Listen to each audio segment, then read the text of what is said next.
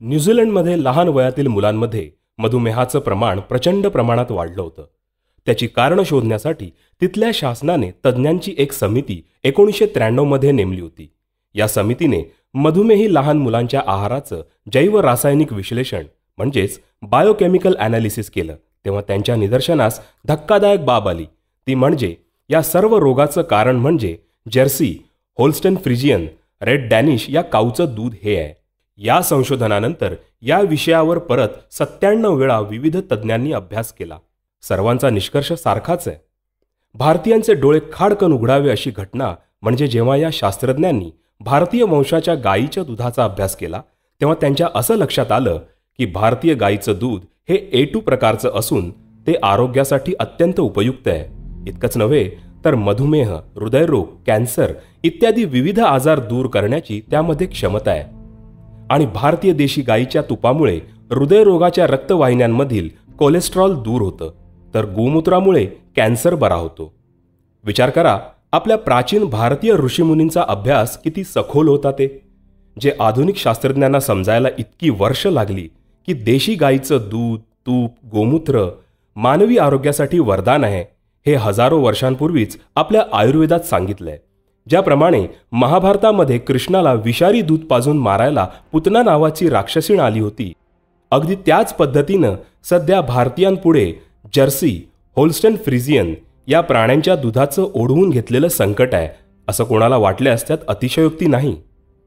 दुधावरील या संशोधनामुळे New Zealand, America, Australia, Britain, Brazil या देशांमध्ये जर्सी, होल्स्टन फ्रिजियन या प्राण्यांचं A1 दूध पिणं बंद केलं असून भारतीय गायींच्या दुधाला प्रचंड मागणी वाढली आहे.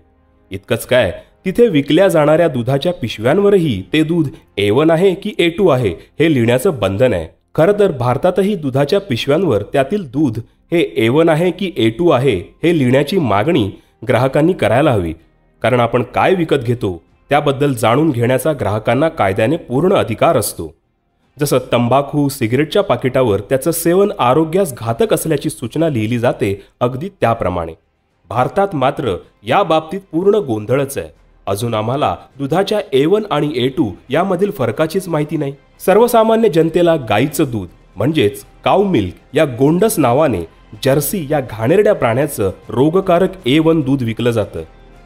सध्या लोकांना आपली खरी गाय कोणती आणि विदेशी जर्सी प्राणी कोणता हा फरकच समजेनासा झालाय. इतका की अगदी व्हॉट्सअपच्या स्माइलीजमध्ये देखील जर्सीचं चित्र दिलंय. त्याला आपण गैरसमजाने गाय समजतोय. देशी गाय आणि जर्सी हे एकमेकांपासून पूर्णपणे वेगळे आहेत. दोन्ही समोर ठेवून निरीक्षण करा म्हणजे फरक समजेल. जर्सीचं दूध प्यायल्यामुळे मधुमेहाचं प्रमाण प्रचंड प्रमाणात वाढलंय. अगदी लहान मुलांमध्ये देखील मधुमेहाचं प्रमाण खूप वाढलंय. आम्ही एकीकडून मधुमेहावर उपाय म्हणून महागडी औषधं घेतो तर दुसरीकडे गाईचं समजून जर्सीचं A1 दूध पितो. कसा बरं रोग बरा होणार? आहे की नाही गोंधळ? गेल्या 40 वर्षांपासून म्हणजे विदेशातून जर्सी भारतात आणल्या तेव्हापासून भारतात मधुमेहाचं प्रमाण प्रचंड वाढलंय. आपल्या शास्त्रज्ञांनी श्वेतक्रांतीच्या नावाखाली भारतीय देशी गायींचं विदेशी जर्सी प्राण्याबरोबर संकर करून भारतीय गायींचा वंश नासवला. त्यामुळे देशी गायींच्या 80 पैकी 57 जाती नामशेष झाल्यात आणि जर्सीचं रोगकारक दूध पिण्याची वेळ जनतेवर आली आहे. एकेकाळी देशी गायींच्या दुधाने समृद्ध असणाऱ्या आपल्या देशात आज देशी गायीचं दूध मिळणं अवघड बनलंय.